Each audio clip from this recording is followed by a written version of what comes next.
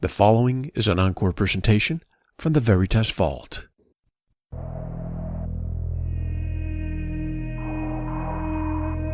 The very word secrecy is repugnant in a free and open society. And we are, as a people, inherently and historically opposed to secret societies, to secret oaths, and to secret proceedings.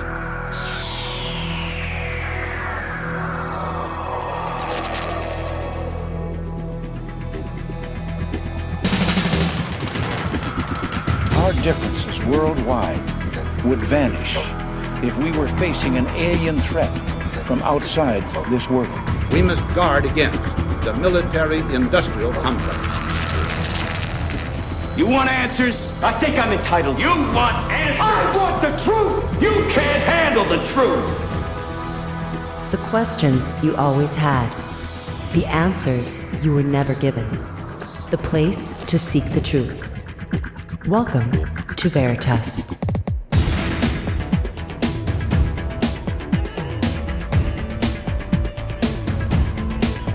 Headline edition, July 8, 1947.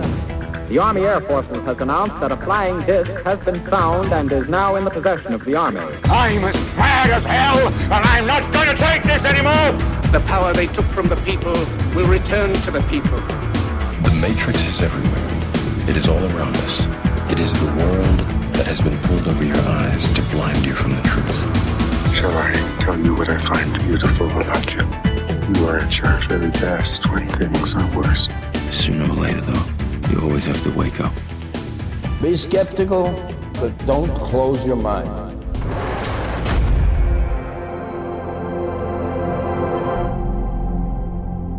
Greetings to everyone around the world, and a warm welcome to an encore presentation of Veritas at veritasradio.com.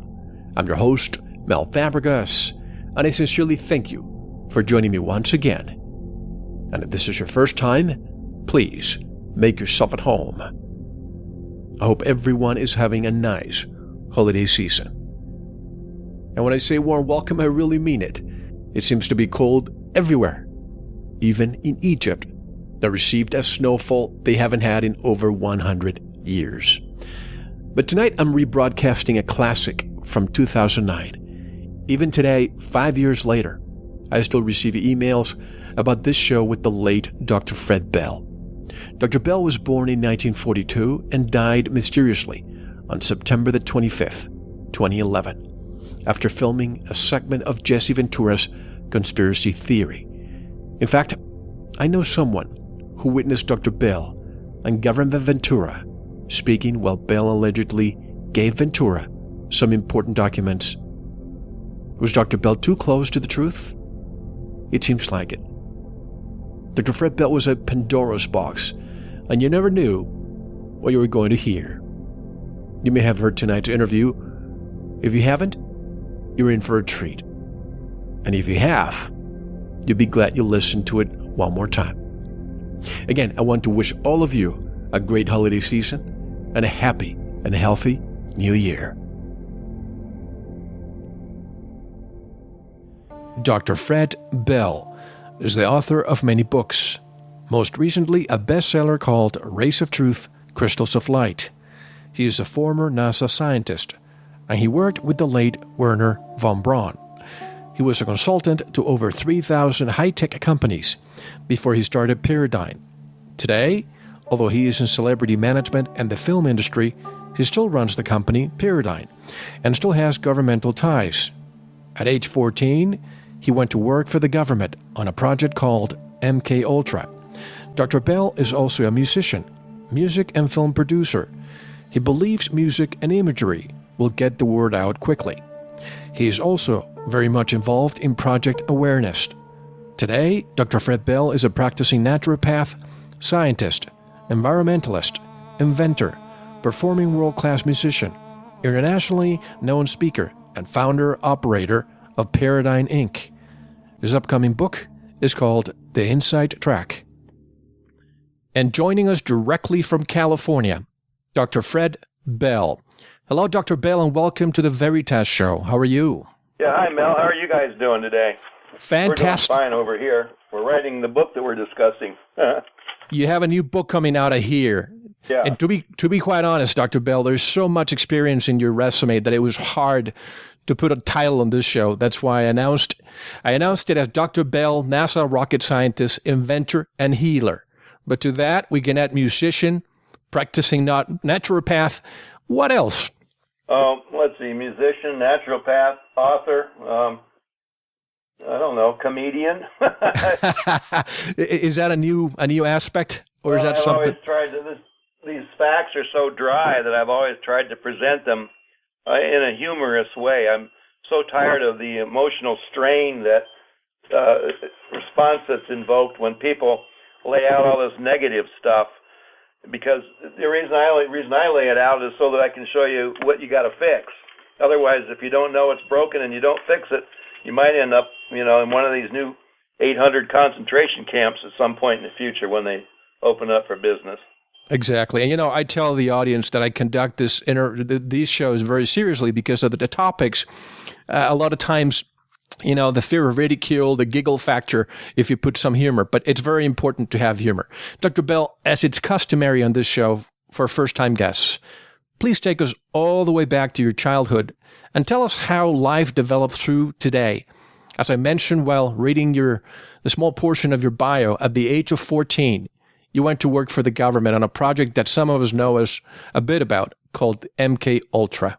Take us from there. Well, I was working with a friend of mine at the University of Michigan named Stephen Everball, and we developed some of the first neurostimulating equipment that's used today to help people get off drugs and obviously as a form of mind control, which is unfortunate, but things always get turned around. And the government was interested in our work at the University of Michigan. I went on from there. This equipment is what was used in MK Ultra. I wasn't a MK Ultra subject. I was an instrumentation person there, and then the government wanted me, so I went in the Air Force. And then I finished my education and got equivalent of a master's degree, and later on I got equivalent of a PhD in homeopathic medicine. My friend Stephen Everball and I both went to NASA. I was in charge of building the spacecraft and launching them into space, and he ended up developing guidance systems for satellites. And then I left NASA I went to the Air Force, was involved in the UFO cover-up, and then... By the way, Dr. Bell, I don't mean to interrupt you. Do you hear a sound? It's a sound. Is it mind control sound that's coming through your phone? I see a little sound coming. Do you hear it? No, I don't hear anything. Okay, I don't hear any more. Okay, go ahead. I'm sorry. I do have wind chimes playing in the background. That might. There you go. There's some. I got the door open, and we're on a mountaintop, and the wind is blowing. Okay. And there's some wind chimes over there, and they're ringing pretty good today, actually. And I've got one of my Lockheed Skunk Works hats on, which I used to work there, and I got my bird on my shoulder, one of them, and he's chewing the hat. So you might get some crunching sounds from time to time. But I went, after the Air Force and the UFO cover-up stuff, I went to NASA and did worked on everything from Star Wars to Apollo to Saturn. And then I left that and visited 3,000 companies for about 7-8 years. Every Navy lab, Atomic Energy Lab, IBM's, any company that you can name that had technology, I went there because I was trained in metrology and I was a instrumentation expert. So anybody that had any experiment going on needed me to make some kind of, deductible results from, in qualitative analysis. I left that, I sold that company, and then started meditating with Tibetan masters. Got into the Eastern philosophies to study those, and meditation practices and yoga practices. Then I started Pyridine, which we make a lot of different things that counteract the negative things that are going on today. And I started Pyradyne, that's almost 35 years ago now, so we've been in this business for a long time. In the process of doing that, I've, played a lot of music, released 5 albums, 3 books, and got a bunch of patents, and got my own radio show over at bbsradio.com, which is Friday nights. Right. And And then here I am talking to you. How did the government approach you? You were about, 15 when you went to work for the government? Well, first of all, they approached me in the lab over at the University of Michigan when I was working for Dr. Katz. He's just recently died, and he was part of Hitler's organization, came over here on Operation Paperclip. And he was one of my teacher in high-energy particle physics. And so not too many 14-year-olds or 13-year-olds are doing high-energy particle physics, but I was, and Stephen Everbaugh was. And so you actually work with two paperclip people. Yeah, well, Braun and him, yeah. Right, okay. Actually, a lot more than that. This is two you'd know. I probably work with 50 or 60 overall, but it's another story. So anyway, they came to my parents and they said that I was being vetted for a secret clearance. My stepfather really didn't get off on that, but my father, he didn't know what to think of it out here in California. My stepfather was in Michigan then. And so then my stepfather moved down to Arkansas, and the government would have no part of that. So they immediately put me in the Air Force after about 12 months. And I was 16 then, and I couldn't wear a uniform because I was too young. And they officially, even though they were paying me and billeting me, they officially could not say I was a government employee until my 17th birthday. So I got billeted or put up at the Little Rock Army base, the biowarfare weapons labs there. And I got a good taste of that then from the guys that were taking care of me, and kind of went from there, you know. I don't know. The CIA and the FBI both had approached my parents, mother and real father, over different periods of time while I was 15 years old. I guess they were being vetted too. My dad already had a secret clearance anyway because he'd worked for the government himself before that. So I think they were more interested in my mother and stepfather living in Arkansas. So who do you think was watching you when you worked, when you had that professor over you? Do you think he actually talked to somebody and said, "There's somebody here who's a"? Well, probably, but I had other teachers too. I went to classes at night, and I was going there. I had a full curriculum I was doing during junior high. So I get off of high school, junior high at 3, and I'd head over to the university till about 7.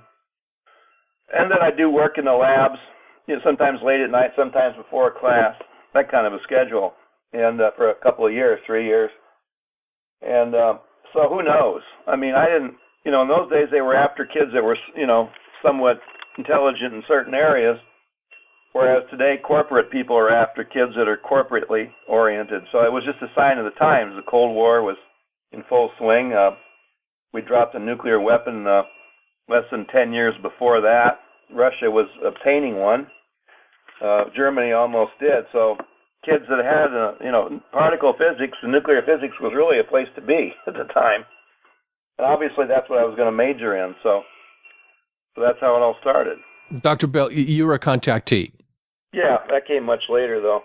Can you please describe your first contact and when and where it occurred? Well, that occurred in 1971 in Laguna Beach, California, on 3096 Nestall Road, the same road that George Adamski had previously lived on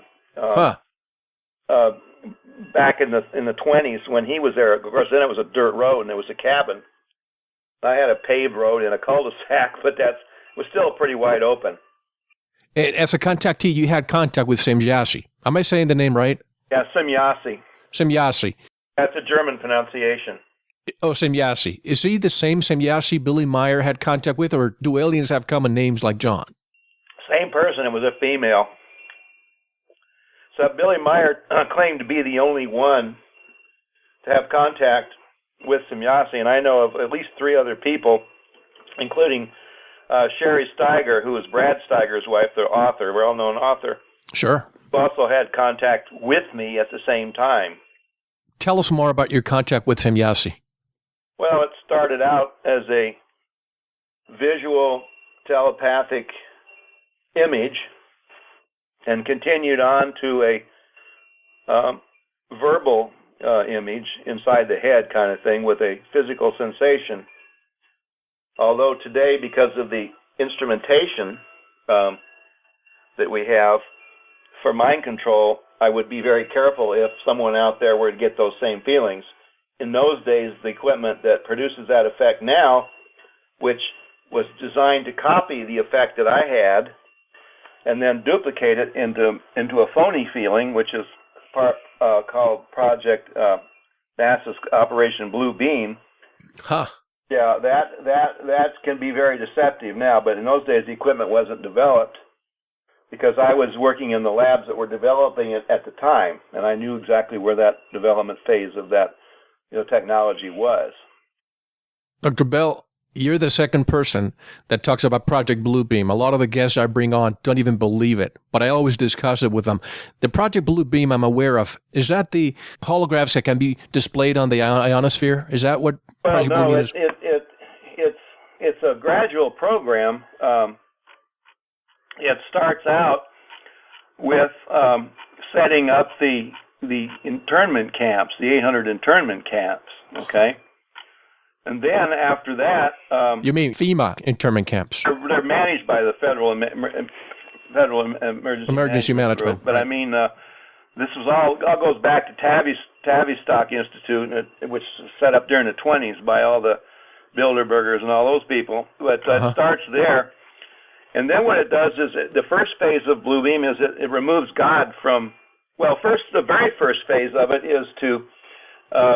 set up, get everybody paranoid, create a governmental banking system, which has been done now here, to unite the European nations into one group, the Euro group, which has been done, to unite the Americas into one group, which they're trying to do, but they're having problems, to remove God from the classroom, from the Pledge of Allegiance, off our currency, which has been done, to move the emphasis off of Christian holidays like 4th of July, Easter, etc., Thanksgiving, and then to institute state holidays, which they have done, which have no relationship to, spiritual activity of the growth of this country, in which case in those days the government and the post office and the banks always close, but everybody has to go to work because they don't acknowledge those days.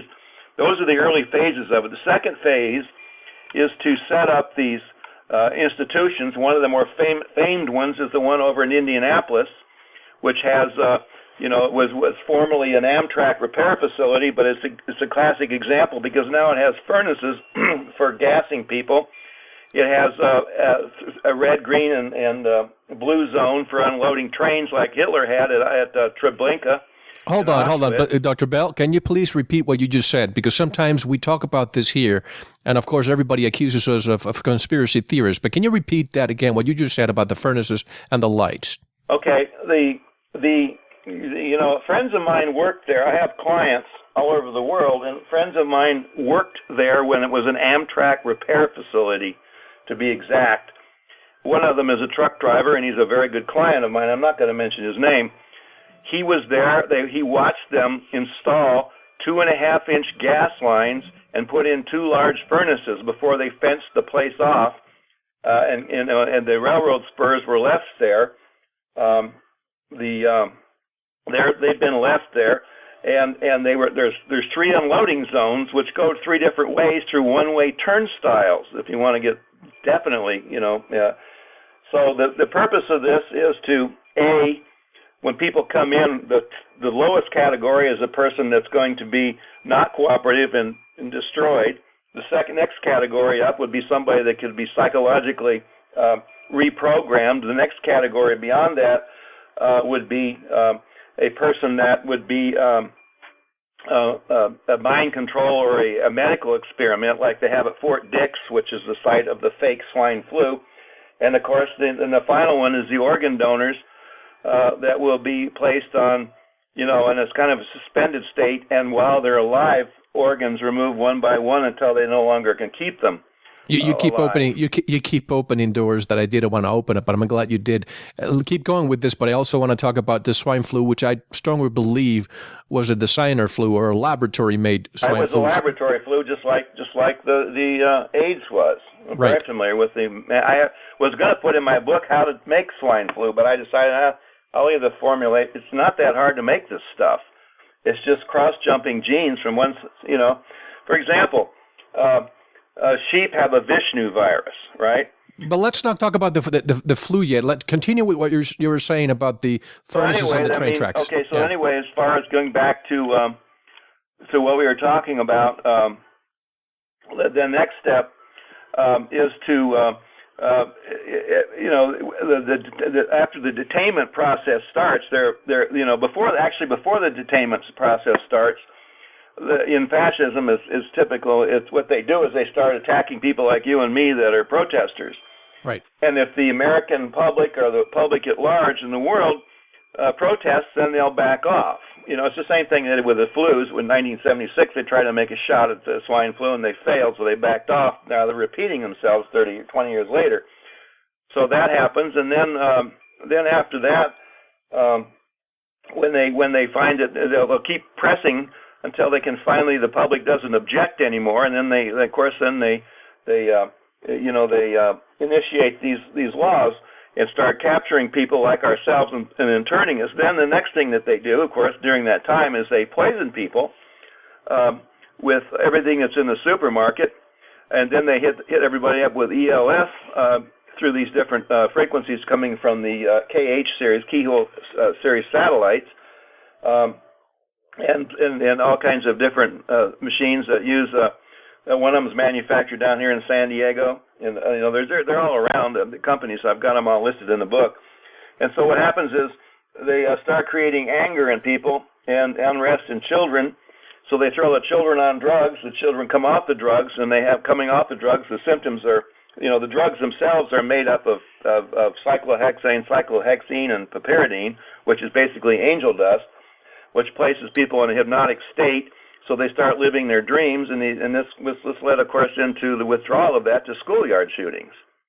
And so therefore, the schoolyard shootings and the terrorism and the other stuff, they start regulating more and more and more, constitutional freedoms away. And the next step, of course, is to remove the historical and educational programs and availability. And this is where they make power plays for the internet, which has already been tried and still going on. They've already websites that have too much content are pulled down. For example, the government of Brazil posted a website showing all the military data on extraterrestrial intelligence. That website went down and stayed down in one day. Same thing happened when the French government released their information on UFOs. I got on there for about 20 minutes. It was gone. The next thing is a scenario of natural disasters forecasted in the Holy Scriptures in the Revelation section of the King James Bible. An example would be to look at the Tsunami Institute's 2004 Indian Ocean, right, affecting Thailand, India, and Sri Lanka, killed 275,000 people. In 1993, the Ushiri tsunami off the Hokkaido, Japan, killed 200 people. And you start going back and you look at the natural disasters from tsunamis, and so they're starting to use earthquakes. Well, how do they use earthquakes? Natural disasters. Well, they start to control through HAARP. They start controlling the ionospheric layers. They start controlling the Earth's electrojet, which comes down through the North Pole, which then pressurizes the equator, and by flexing that, it creates a flux in the plate tectonics, which then creates tsunamis and earthquakes. And this is done, and then, of course, when you have your hurricanes like Katrina, that was manipulated because when you look at the D and K layers of the ionosphere during a hurricane incident, it's very easy to manipulate them with the HAARP projects. And it just goes on. I mean, where do you want to stop? Let's talk about for a second. So you believe that 2004 tsunami was manufactured as well as the 2008 China earthquake, which I've heard was a warning to China because they were planning to cash out on their foreign reserves, or they wanted to cash out on their treasury bills and so on. And it was just, maybe a month or two before the Olympics. Yeah, and not only that, the North Korea, we blew those satellites, Kim Jong-il's satellites up. We wanted his ships to get off the ground. We blew them up as soon as they got in the sky with our system out in space, which I have a picture of how it works on my website over at BBS Radio. I have an Army demonstration of plasma jet laser techniques that they use, and the the Sri Lanka, Thailand 2004 incident, it also registered a nuclear explosion out in the ocean off the coast of India, in the Indian Ocean, and that it was a tremor. And they don't. And that one they suspect was a underground nuclear submarine launched underground nuclear explosion, which would have created that. So that I don't think quite yet they can create something that big with HAARP, but they're working on it. They started working on it back a few years ago, about 1972, when NASA launched the Eros and Eros B satellites to go out into the layers of F1 and F2, and the F layer being the Appleton layer in the ionosphere, because they're working with the solar radiation, the solar wind, which produces a huge amount of energy. If you got a wind coming in at 1 million miles an hour, with each proton having 1,000 electron volts potential, you're looking at billions of electron volts of energy that HAARP can shove into. When you shove that energy down across the top of the Earth, it goes down across the equator, put tremendous pressure on it, and it exits out through the South Pole on the Antarctica, and that's blowing a hole in the ozone. That's why there's a big ozone layer missing in the Antarctica, because of what HAARP project does. Then now, I want to talk more about HAARP and Katrina in a few minutes, but you mentioned the two holes. I've heard from some people who say the holes are actually on the North and South Pole. Is it potentially true that there may be entries to inside of Earth through those two places? Well, I don't know. I one time met, I think his name was Charlie Byrd. He was a cousin of Admiral Byrd, who supposedly found these points where these entrances were made. But as me being a scientist and not a full-on archaeologist, I really wouldn't have accurate information about the entryways. I've just heard rumors, probably like you have. I only talk about what I know to be a fact, on interviews like this. Let me talk about a few pictures I found. I saw a picture of a radar, I think it was one of your websites, a radar, and you wrote, quote, "The big radar in the bag on the top of the hill was developed at Sandia Labs by General Electric, Westinghouse, and Sylvania. Right. Along with the government. It had a range outwards of 450 miles and detected alien spacecraft at the 776th Aero Squadron, where I was stationed, Point Arena, California. I worked on this set here at this location. This radar brought down several Theta Reticuli. Can you pronounce that? Yeah, Theta Reticuli. It's Theta Reticuli. It's a 38 light year from here, place where these aliens live. Exactly. I just wanted to make sure because I've seen it pronounced differently. Theta Reticuli spacecraft, one known as the Roswell crash during its development in the Alamogordo Valley of New Mexico. Yeah, that was back in the 40s. Right. That said, Dr. Bell, I always mention this. Can we equate our technology today, let alone back in the 40s, as sticks and stones in comparison to what an alien race has?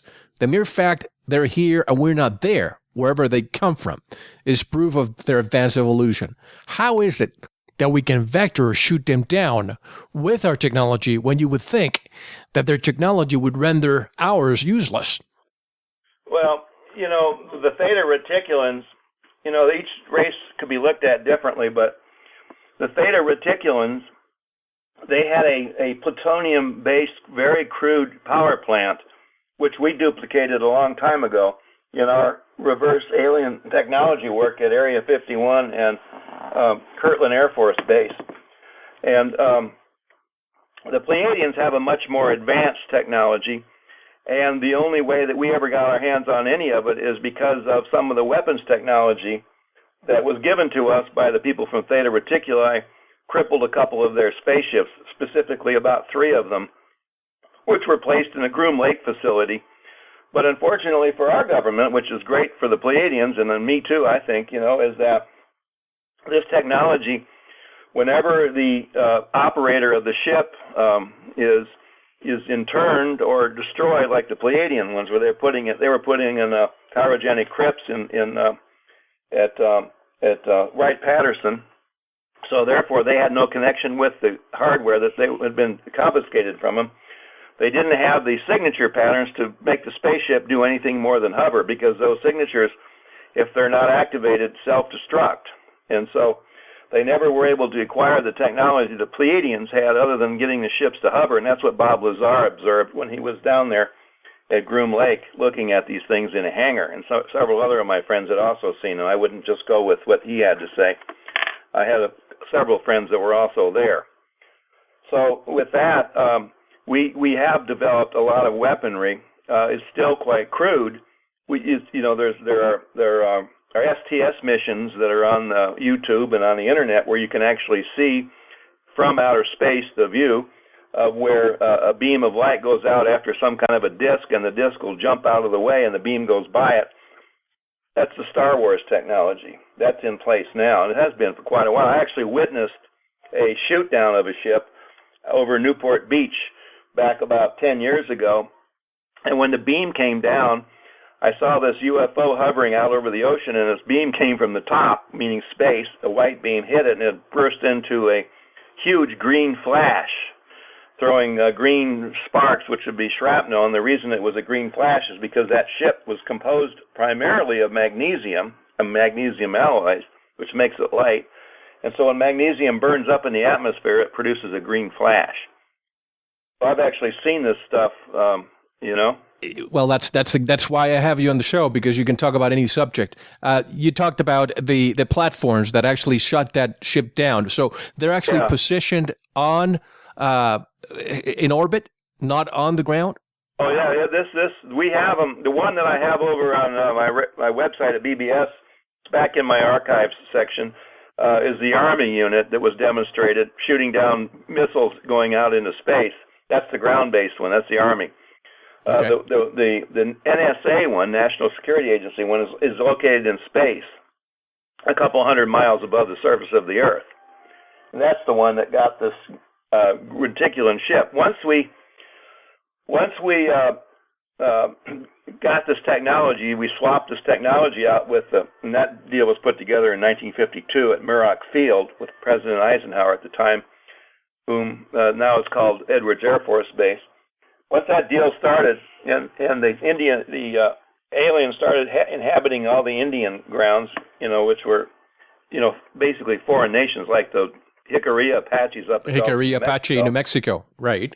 Yeah, they got out of control. So in '79 they had a fight up there, and I'm familiar with it because I used to hang out with the Jicarilla Apaches. I used to do research with them, and I would spend a lot of time on Archuleta Mesa. And in some of those, around those caves, there started a war between. Are you talking about what Phil Schneider talked about? Yeah, and what's his name? Phil Schneider and what's his name that was over there had that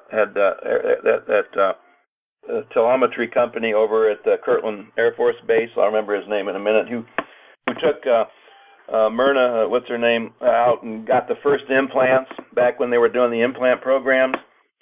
I'll remember his name. Paul Benowitz. Paul Benowitz. He also exposed them. And so, as a result of that, we got into a war with them, or a conflict, and it's ongoing now. And that's what this new technology is all about, is blowing these guys up. So you believe there was actually the Dulce battle. Do you believe that was real then? No, there was, because I was up there not too long afterwards, witnessed several of the ships, filmed some of the ships coming out of the ground. That's back when Joe Randazzo had a magazine called UFO Review.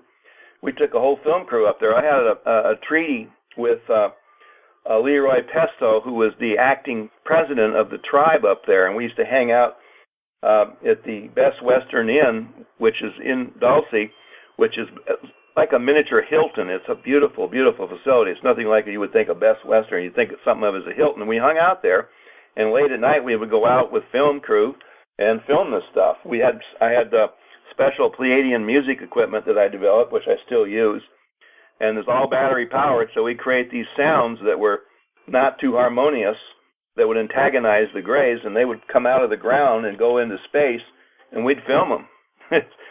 We sat right on top of the Archuleta Mesa looking down into the valley because they'd come out below the mountain and go upwards. And we did it on a military facility, which was a satellite monitoring compound that was abandoned or shut down during the winter. So we go up there in the winter. Are you saying that the Pleiadian sound, bothered them, and that's why they would leave their holes like rats? It's a sound that I've created on one of my synthesizers, and it's broadcast at a very high power.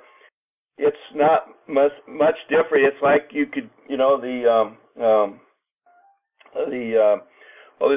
two. If you remember back in the pirates down in the South African pirates coming out and grabbing a couple of these ships. Yes. Well, the technology on board one of them is from this American. What's the name of the company? It's down in San Diego. They sell for about $35,000 a piece, and it puts out a sound that's directional. Yes, and it goes right into your head at a mile away, and it can, somebody 5 feet away from you won't hear anything, and it almost explode your head. Mm-hmm. And this is the technology that we were using on them at the time, with not their same sound patterns. We were using a different sound pattern than they use for these communication devices. The ones they're using from that company in San Diego is a sound pattern that is in human speech range. We were running beyond the human speech range with our frequencies. Now, Phil Schneider, you remember his story, remember his scars, missing digits, and so on.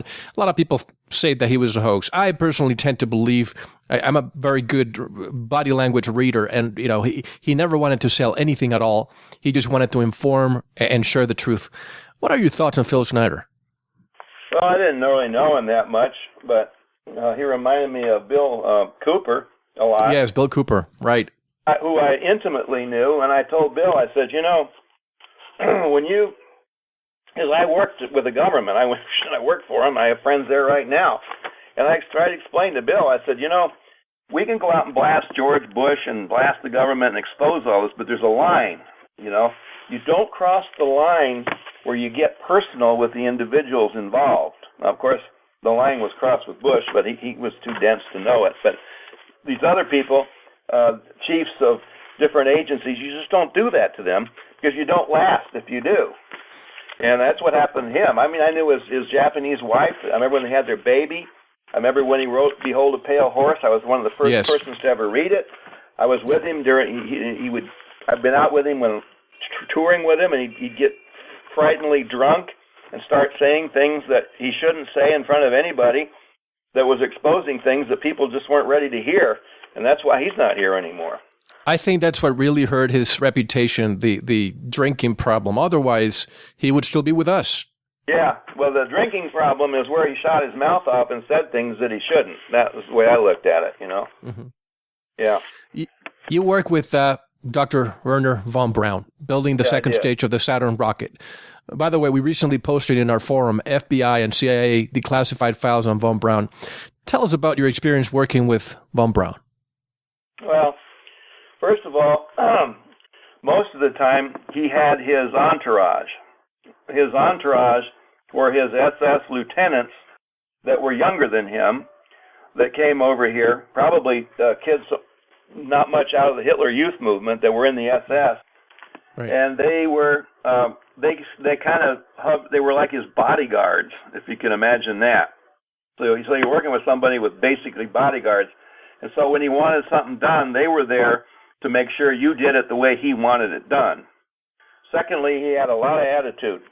That's why he died of cancer, because when he came over, they threw him in a compound in New Mexico, and up until the time Sputnik got in orbit, they didn't really listen to him. And then he had to kind of like bail the U.S. out of our dilemma of not being able to get, remember the Vanguard, would take 2 feet off the ground at Cape Canaveral, as we call it, and tip over and blow up, and then... Oh, yeah. I was out there during that time. I was out at Vandenberg Air Force Base when they were launching the Atlas missiles. They were one of my clients, and they weren't doing much better. They were blowing them up, a few miles above the ocean, right over Santa Barbara almost. Mm-hmm. And the reason for all that was the fact that when we took over there were some caves in Peenemünde, which was his grandfather's hunting lodge. South of that, about 20 miles, were the caves where they actually had the Jewish people in there as slaves making these V2s. And as a result of that, at the end of World War II, we got in there about 3 or 4 hours or 5 hours ahead of the Russians, and we took out a portion of the hardware and some of the software. But what happened was the part that we really missed was a pump. It was called a hydrazine pump, and that's a pump that pumps fuel down into the engine. If you can't get the fuel in the engine, you can't develop the amount of thrust. When we were trying to get Project Corona going back right after the U-2 got captured by in Russia, in 55, 54, we couldn't get 1 pound in orbit. The Sputnik weighed, I think, 10 pounds, and a month later they put a dog in orbit, which weighed 1,000 pounds, that satellite, and we couldn't get a pound in orbit. And the reason for that is because the Russians ended up getting the hydrazine pump, and that pump was what put them ahead in the space race. And Werner von Braun was furious about that because his counterpart, I forget the guy's name, was the Werner von Braun of Russia, and led the whole deal for a long time. Where they fell short was in their guidance systems. They couldn't get down on the moon accurately because their guidance systems didn't work. We caught them there, but as far as the action of the spaceship's engines, they had us beat 10-1. Is it true that von Braun said the first flying saucers were built in Germany? I presume that means. Yeah, they were. They were Victor Schomburg design, and it was the other guy. And what they did is they were platforms that would go when there would be a bunch of American bombers flying over or British bombers flying over. They would come straight up into the squadron of the bombers and start firing in a circular manner, and then go back down again. That was the very first one. And later on, of course, they developed some rocket planes, but they ran out of pilots. Is the whole problem there? They just ran out of pilots. All those things were produced underground, way underground. The saucers were produced underground. Yeah. So if they were produced, they actually had alien technology. How did that happen? No, I don't think they had alien technology. I think that they had, there was this is where you start dealing with fields like around Lake Michigan. There's these what they call G fields, where gravity fields change. And originally it was observed, I think it was by Victor Schomburger, that why when a trout swims upstream, why doesn't he go to the right, and where the current is less? Why does he go out in the middle of the stream and swim there upstream, where it's much more current? And what they discovered was there were temperature gradients that had to do with the water flow and the gravity of the water flow that led them to the Schomburg design. And I've seen drawings of them, and which I didn't reproduce in that book, Rays of Truth, Crystals of Light, that you wanted to talk about. I didn't reproduce those drawings because it wasn't enough room, but it was a system that somewhat utilized a jet engine for a source and used a plasma as a discharge. It wasn't a true, I call anti-gravity, but it was a system that lowered the effects of gravity considerably. I don't really know all the mechanics of it, but because I never really had time to study the whole thing. But it wasn't extraterrestrial technology. Although Hitler had meant Pleiadians at one time, and that was where he got the idea of the Aryan race, because the Pleiadians are Nordic-looking beings, tall, thin, blue-eyed, fair hair, and fairly good physique. He didn't work with them, but he did, like a lot of people have met them, So if that's the case, that they built flying saucers, obviously they had more advanced technology than we had. I'm happy Hitler's regime lost the war, but if they had all this technology, what happened to it during the war? Well, it got split up between us and Russia, basically. For example, we'll just look at Hitler was working with, back in the 30s, before the war started, he was working with mind control in several of his prisons. And they'd gotten pretty far along with some of their developments. They are also working with viral cloning, which is used today. So a lot of those guys went to Russia. So Russia ended up building all these things, all these early devices back in the 50s. The CIA ended up building them a little bit later and stealing a bunch of them from the Russians during the 50s. So the Russians got off on ESP and all those kinds of things. And our country just basically was working on gathering intelligence. And until Werner von Braun got going, we didn't have much in the way of rocketry.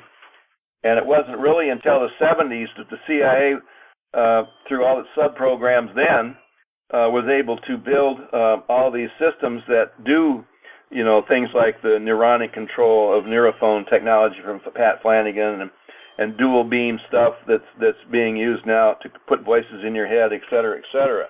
So that really got kicked off in the 70s. Bad choice of semantics. Let me rephrase. If Hitler had this technology before losing the war, why didn't they use it? You would think that if they had more advanced technology, it would have been helpful to them to win the war. Well, it would have, but they didn't really have a handle on it until halfway through the war, A. I see. And then B, Hitler wanted to build, remember he was under World War II treaty, he was not supposed to build another military, so he did it quietly. He quietly built a military. So he concentrated on tanks and big cannons. I mean, some huge big cannons, way beyond the average cannon that was used in the war. Cannons of the whole barrel took the side of a mountain to hold it. He concentrated on that. So as they started to lose the war, then he pulled his what he called airy-fairy stuff out, but it was too late. They tried to get his scientists tried to convince him that at the beginning of the war that they should concentrate on this, but he says, no, we're going to spend our money making tanks, trains, ammunition, and blah, blah, blah. You can play around in your labs, but I'm not interested. This is too airy-fairy. We don't need it. Well, as he started to lose the war, and he also was losing pilots, so he started hitting the technology pretty hard, but he didn't have anybody to fly the stuff when he did develop it. So actually it came late in the war, and they just couldn't handle it. I remember having heard von Braun say that if there is an alien invasion, chances are it will be the government, a false flag. What are your thoughts on this? I mean, that's getting back to, now you're back to the Moonbeam Project, where they'll, what's his name, General Jumper, is it John Jumper, recently retired 2005, head of the Pentagon, made a big statement. I forget the periodical that John was referring to, but he had worked at Area 51. He'd worked at Kirtland Air Force Base. He worked at Bentwaters Air Force Base of his servitude to the American Air Force. And he said very bluntly that in the very near future, our technologies will create things that don't exist. People will see things that aren't there, hear things that aren't there, and sense things that aren't there, meaning a very strong holographic weaponry. And he said that back in, when did he say that? Around 2005, if I remember correctly. It's in my book somewhere here. But so he would have been the guy to know, because he was the commander of a bunch of these. Well, Kirtland Air Force Base was director of Area 51. I mean, he's the guy. He was, the top 4-star general when he retired. Look him up on the internet, some of his statements. Well, what is it that they say? Advanced technology may be indistinguishable from magic. Right. Yeah, pretty much. Exactly. Yeah. And so they got into the hologram stuff. And in my work, my developmental work that I'm doing, forget the book for a moment, is I've developed equipment that does produce holograms inside your consciousness and outside the world that we use and sell today at Pyridine. And we actually manufacture this stuff. I knew about this. We were working with quantum tunneling and quantum field effects. God, in 81, that's when we started developing what we call the projector. We didn't get unfortunately for us, the technology to create it and get it on the mass market where we're at now took 20 more years, and we couldn't get any out the door until about 2-3 years ago. It took us 10 years just to develop the computer programs to do the tooling, but we did it. So we can counteract all this stuff. That's what I've done. So I'm putting this book out now to show people what we can make not happen if you don't want it to happen, how to separate it. Because the way it is now, you could be meditating and there'll be a voice in your head and you think it's God or your higher self, and you're just some guy's in a lab just laughing because he's got your emotional oral register, and he's either beaming down a satellite or he's a couple miles away using some other detecting devices and talking to you through the wall of your building. So, did you ever see the movie Strange Days? I think I did. It's been a while. I don't really remember it, but I remember seeing it. I'd have to go back and look. From the nights for the listeners. It's a very underrated movie from the 90s, and basically it's in the future. Instead of you, for example, buying a DVD or a CD, you buy this little, looks like a disc. You connect it to your head, and basically you're experiencing in 3D all the emotions, all the experiences. Is that more or less what you're selling? Well, yeah, but it's beyond that. When you work with quantum entanglement, we've developed devices that resonate into the hologram. I mean, Richard Feynman sort of stuck on it, but David Bohm, the physicist that died in 1992, both very famous. Feynman being famous for the Challenger disaster and working out on the atomic bomb, and getting a Nobel Peace Prize in QED, quantum electrodynamics, and Bohm almost getting a Nobel Prize. Both agreed that the hologram, the electron in the body can connect to the electron in something else, releasing photons. Photons makes it visual and makes it conceptual. And so we develop devices that cause entanglement, and I've demonstrated, and we sell them. One's worn and one's a device that sits on a stand, and it's activated by lasers, and we sell them all over the world. People have gotten, and we sell them word of mouth, and people have gotten tremendous results from them, and they're not cheap. So people wouldn't buy more of this stuff and spend a lot of money if these things didn't work, and they do work. So let's talk a moment about past lives. I saw a picture of you in the 9th grade. That was when you first got involved with government at the University of Michigan in Steven Spielberg's miniseries Taken. By the way, I have the miniseries, and it's outstanding. You were portrayed in the 3rd episode entitled Jesse. Yeah, Jesse and what's the other kid's name? There was 2 of them. I was portrayed. Trying to remember how that whole scenario happened. I don't remember, but it was a great miniseries. 2 years after this picture was taken, you were in the military. Yeah, it was. Jesse and Jacob, I think, was the episode. Jesse and Jacob. It was the third one. I was portrayed in that. Those were whiz kids in the movie. That was Steven Everbaugh and myself in real life that created some pretty amazing technology that was somewhat related to extraterrestrial technology. For example, in 1954, the average portable radio, or 53, the average portable radio consisted of an A and a B battery, which was the size of a telephone, and a regular telephone, and then another big box that they went in, and that was a portable radio. Steven Everbaugh and myself developed a transistor radio that was about the size of a mouse on a computer, and played it in a drugstore on Frederick Avenue in Ann Arbor, Michigan, all different stations, as loud as they could handle it. And this little tiny thing, you couldn't even see it, was in our hand, which the Japanese later on made a big thing in the late 50s and early 60s of the transistor radio. We developed the very first one.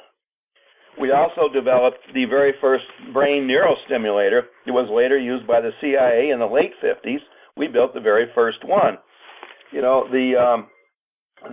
else? Oh, the oscilloscope that we developed and the hypnosis techniques were also used later on. And some of this technology, of course, was used in the case of Candy Jones and in the case of some of these other women and guys that were really Manchurian candidates and performed that way. Split personalities, one not remembering the other one, and one being programmable by hypnosis to do things far away. So we develop the equipment to do that kind of stuff. And that's what Spielberg got into. So how did Spielberg get a hold of you to portray you? Well, he didn't get a hold of me to portray me. My earlier escapades were in the first series that Chris Carter knew about, called the X-Files. X-Files, sure. Yeah, and so it all came from back in the days in 79 and 80, when we had Pyridine had a very high profile in Century City, California, where all these movie guys were at the time. This was their corporate headquarters. We were there with our corporate headquarters, and we pretty much dazzled them with all kinds of stuff that we were doing up there. They had a thing called the Century City News, and I was sometimes on the front page of it with some of my escapades. So that's where it all started, I believe. I don't really know. I mean, who knows how they get all this information? I know that Sean Morton, later on when I met him, he dug into it a lot. He spent a lot of time around Chris Carter. He might have, and Spielberg, it might have come through him. And on top of that, Spielberg was part of, as I was, Project Awareness, which was the secret government's program to release a lot of this UFO and alien information to the general public through films and the entertainment. So, interesting enough, I wanted to ask you that question. Do you believe that X-Files, Close Encounters, even E.T., you think those are acclamation initiatives by the government to start releasing stuff and then mix it with... Yeah, and then mix it with bullshit, what they do, but yeah, exactly. I know for a fact that's what those programs are. I know that for a fact. I don't have to guess at that one.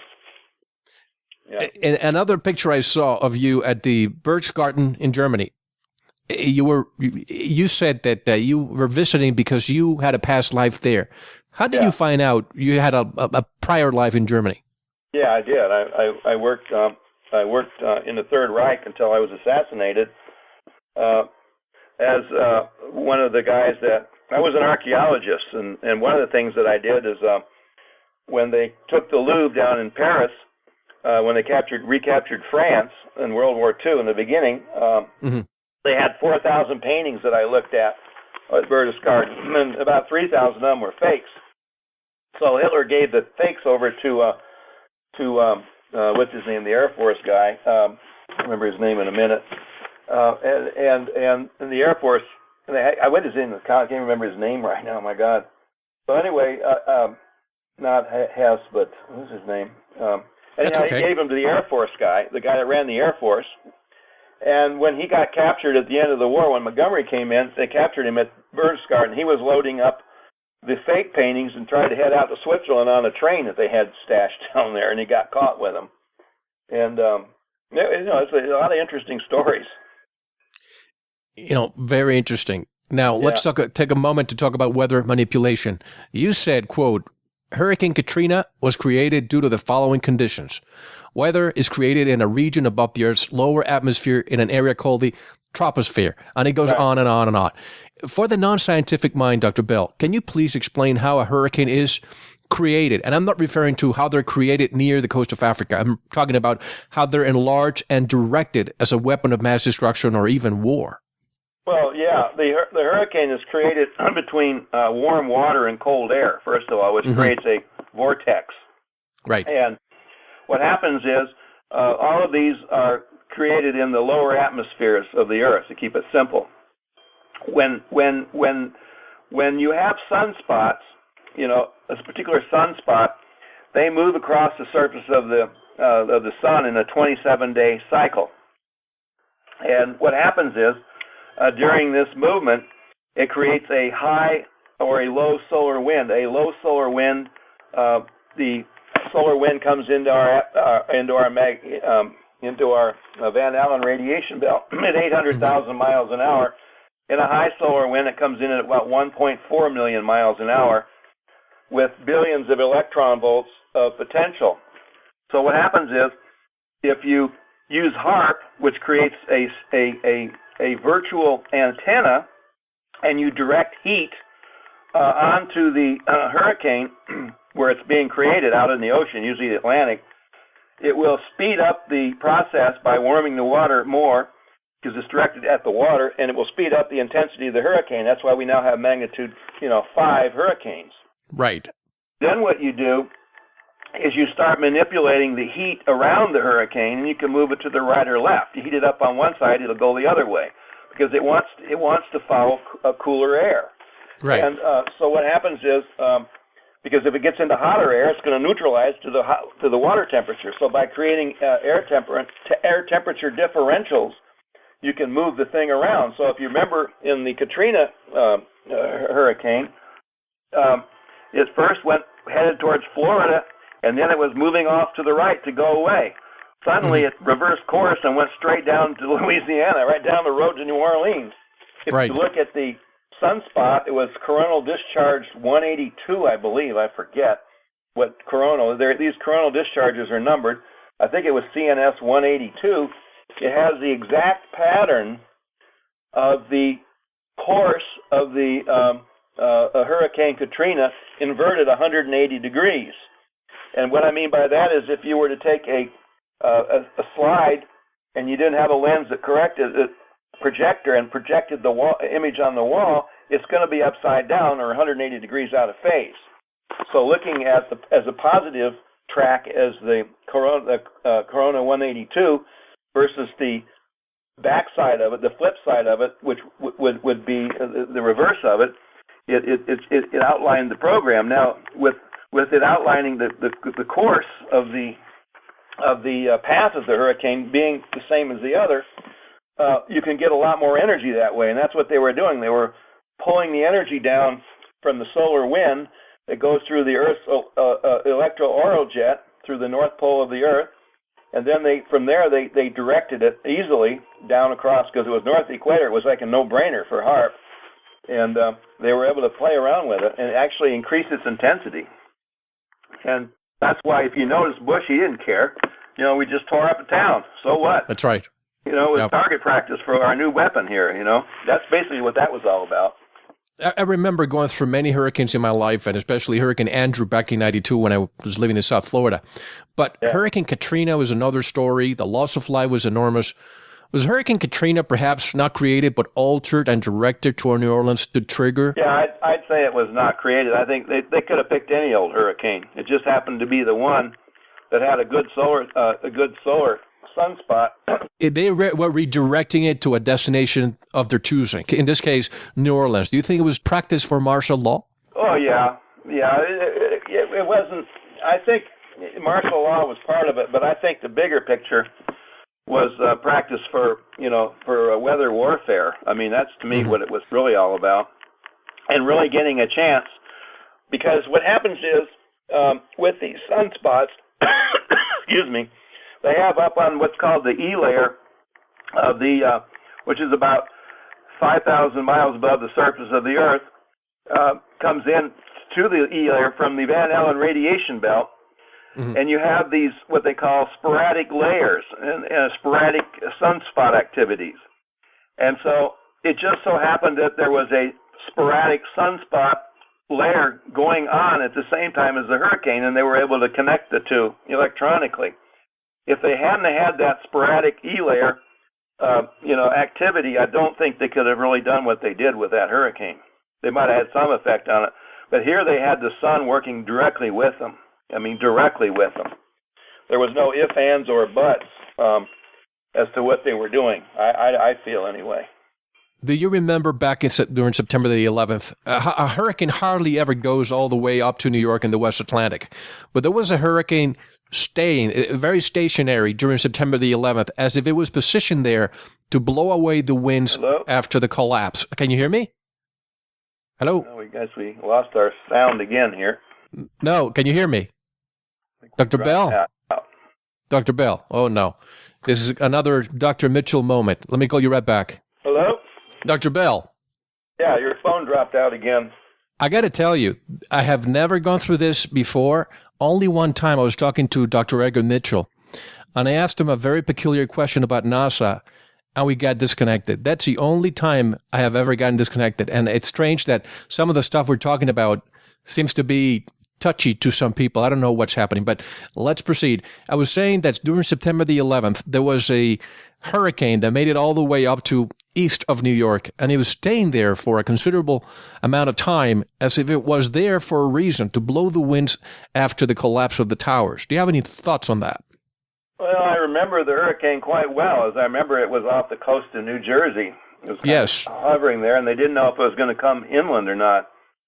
Seeing that the World Trade Center was a false flag operation, it might have been a distraction, or it could have been a coincidence. Something like that. I don't have direct input. Nobody ever talked about it. None of my people ever mentioned it, so I really wouldn't be able to answer that truthfully. Sure. Dr. Bell, let's not forget that Presidential Directive 51 gives the President, Bush and now Obama, dictatorial powers over the states, counties, municipalities, and territories. And a national emergency can trigger it. What's a national emergency? Anything. Swine flu, hurricane, etc. What are your thoughts on the possibility of this directive being implemented in the near future? Well, they're going to have to. It's a little early because they're really not set up to implement it for several reasons. One, the population's not going to accept it yet. They're still back in the phase of taking everybody's pocketbook away from them, and there's not a big enough panic. And they're going to have to get over that panic and get more government banking and government control institutions and companies, et cetera, before they try to do something really serious. So they're still playing around. If you look at how the swine flu is playing out, the Galan Corporation is the one that developed it in the first place, the Tamiflu. And if you look at the stocks in 1992, there was about $5. It's GILD on the NASDAQ, GILD on the NASDAQ. If you look at the stocks back then, they were just a few dollars a share. And then in 76, when Rumsfeld tried to pull it off the first time with the swine flu, they shot up quite a ways. But this time around, when they launched it down in, where is it? It was New Mexico. Veracruz, Mexico. Veracruz. They took it down there and let it go. And then they started hyping it. They got the media behind them a little bit more. They got the stocks all the way from $35 to $47 a share. So that's kind of the level that they're playing on right now. Remember, Rumsfeld has 5 million shares. So he made probably about $15 million off of that so far. So and then there's two other guys that are involved. And so as a result of that, these guys made a killing. And so this will die down, and more people die from the vaccination than the virus. Exactly. So they'll let it die down, and they'll try it again. That's where they're at right now. They're not really into, saying if you don't take the vaccine, we're going to throw you in an internment camp. Exactly. And I keep talking about that. Last year alone, we lost 30,000 lives from the regular flu and 13,000 lives through tuberculosis. So the overblown swine flu, which, by the way, all of a sudden it disappeared from the mainstream media. I realize that you work with Dr. Len Horowitz, and he's talked about this a lot. What are your thoughts on this swine flu? I'm not a physician, but can a fourth-strain virus make it via natural selection? Well, not really. When you build a virus like this, it has to cross gender, species rather. Right. For example, when they made the HIV virus and launched it through the in 1979 over in San Francisco through the hepatitis B vaccine, what they had done is they'd taken a sheep Vishnu virus, which was if I remember correctly, was a virus that in sheep killed and wiped their immune system out, and a cattle bovine virus, which in cows gave them pneumonia. So what happens when they crossed it into the human world, which was done over at Langley in 1975, and that, by the way, started with Hitler in 1938. I forget what project, but he's the one who started that exact one. And so when people get it, the first thing that happens is it takes the immune system down, which is the sheep characteristic, and then they eventually die of pneumonia, which is the cow characteristic. So I haven't seen the genetics. Probably Horowitz has, and he's talked about it. I haven't really studied. I've been too busy working on this other stuff. But I haven't seen the genetics of of the symptoms of the two, what in the pig that they actually, what part of the pig system, symptoms of the pig system that they actually transferred into the humans. Although I think that a couple of people that did die, they died of pneumonia, right? I think that's, if I remember correctly. I haven't followed. That's exactly right. Yeah, and so that reeks of probably the swine is probably that the pigs die of pneumonia, And so all they have to do now is jump it over to the human, and they don't have to worry about the immune system because it's not the way that particular virus works. Now, Dr. Bell, we're coming to the top of the hour, and I want to say this before we take a break because the upcoming segment is going to be it's going to be deep in a lot of stuff we're going to be discussing with our members. And before I start getting into deeper subjects, let me share with the audience the fact that I found a reference letter from 1968 from when you worked at Lockheed. Actually, you were leaving Lockheed at the time, and they gave you this letter, which has a paragraph that reads, quote, "If you had access to U.S. government classified information during your employment, you are cautioned that disclosure of such information to unauthorized persons during or subsequent to your employment is prohibited by the Department of Defense regulations and contractual obligations, and it is punishable under the provisions of the federal criminal statutes." I say this because what I'm about to mention may fall inside or outside the boundaries, and it's up to you to discuss further. So let's take a break, and we'll be right back. But before I take a break, tell us more about your website, your new book, and your products. Well, we have the website is www.pyridine.com, Pyradyne, and you can look that up just by typing Dr. Fred Bell in the search engine. The phone number is 1-800-729-2603. We have a secondary membership website, which is raysoftruth.tv, and the products are over there. The nuclear receptor would be something you'd want to look at, and the holographic projector would be something that would be appropriate for what we're discussing to look at. Thank you for listening to the first segment of this very important interview. To listen to the rest, go to veritasradio.com and subscribe.